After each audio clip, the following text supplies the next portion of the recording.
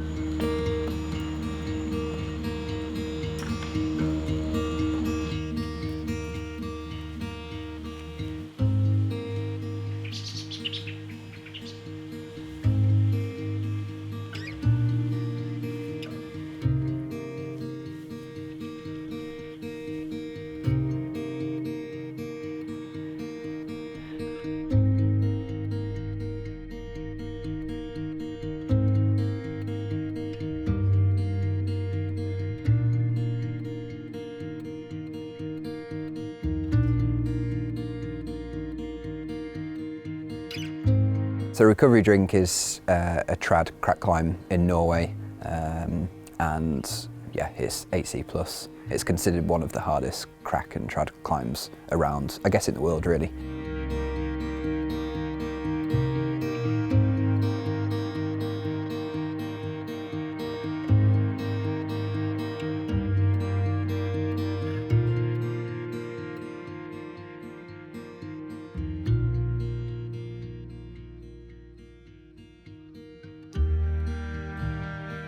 I first saw recovery drink on a video on the internet that I randomly came across one evening, where I saw Nico Favres trying this amazing looking project on the profile wall, and he was taking big whippers, trying this really hard finger crack climb, and I think it said in then that it was the hardest crack he'd ever tried, so I thought, whoa, this looks mega.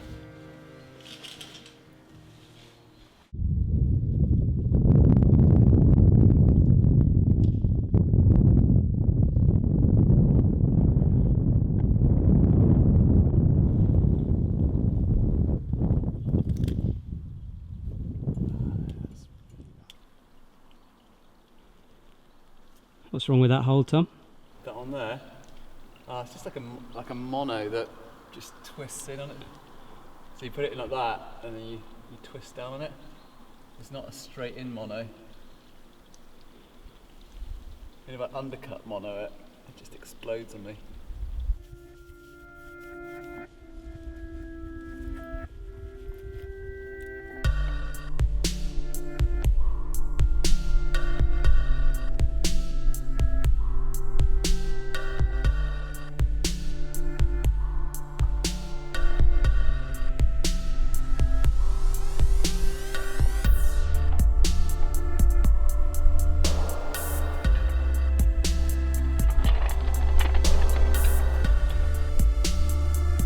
There's just absolutely no way you can do it without any wind. It feels desperate even in isolation. A couple of days ago it felt fine, and it wasn't really a problem doing individual moves, and it's just still really, I mean, it's still that you could get midgies out or something like that. Can you talk me through the crack sequence? So you're on it now and then it goes out, you've got to get to that right crack, right? Yeah, so you come up a series of jams up here, and then there's a couple of really hard jams to seat just at the top up there, and then you set your foot up there, and you push out to that right hand crack, and then you come over, you step out, And then from there, still some really very fall-off-ball moves.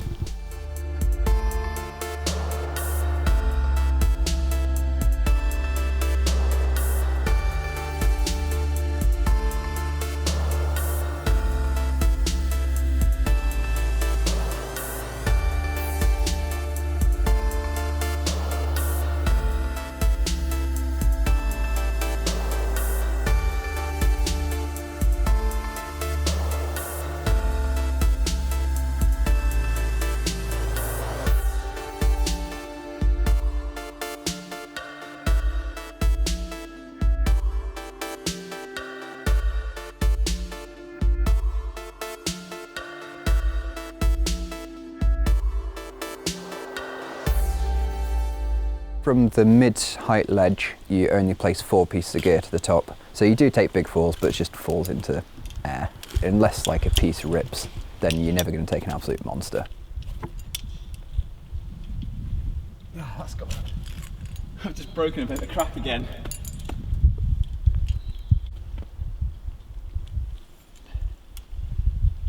Oh no. Oh, up there.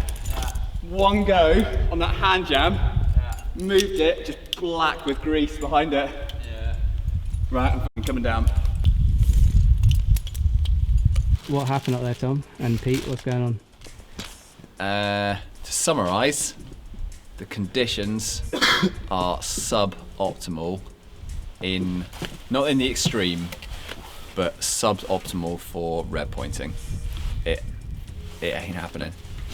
And what is interesting about this route is that if it's a little bit out, then it can't do it. And that's really frustrating.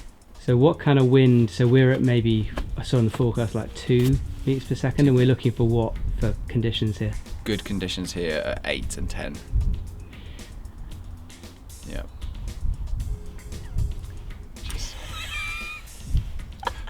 It's only suboptimal because we're not strong enough. And if we were stronger, then we'd be fine.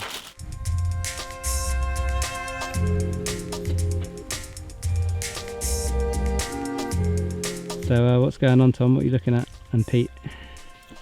Looking at how... Yeah, I'm busy. Sorry. What is going on there? I'm not getting any of this, you know. Feel left out. We are waiting for conditions to come in, and we're observing how this route looks really easy when you come up above and look from the back. And all the jams look really massive, and I don't really know why we're falling off.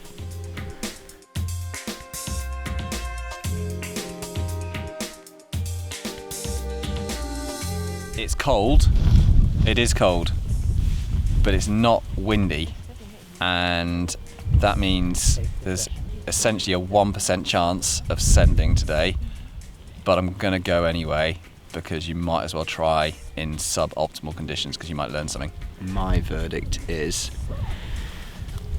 that I always judge how you feel by Jumaring the rope. And I Jumared the rope and nearly puked. So I don't think I'm going to climb 8C+. So I'm not feeling it today. I think I need more than one rest day. If I went up there today, nothing would happen. I would fall off in exactly the same place with less energy than I had the other day. Yeah. And if you go up there today, I mean, you might just get lucky, I don't know. No, I won't get lucky. Yeah, I don't know how you the feel thing about is, it, you but- can't freaking get lucky on a hard route. No, exactly. So That's the problem, is you I think- can't get lucky when it's hard. I think You can get lucky when stuff's bold or when it's a trick move, basically, can't you? Yeah. Okay, so this is the final go.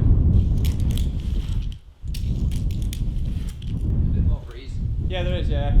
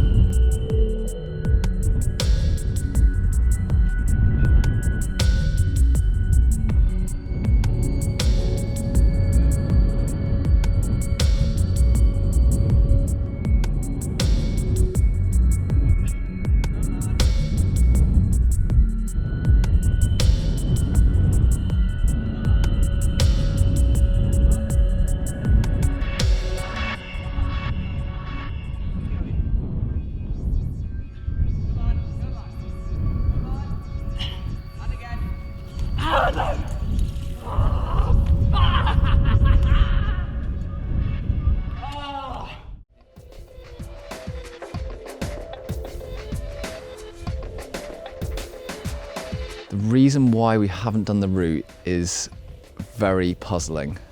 Well, it's not puzzling, it is puzzling. It's on paper, every time we would both go, yes, no problems, all the sequences done, all the moves done, we can do them every single time, we can do long sequences, we can repeatedly do them when we're tired, when the skin's gone. It all 100% makes sense that we would have done the route by now. Get on red point, we fall off.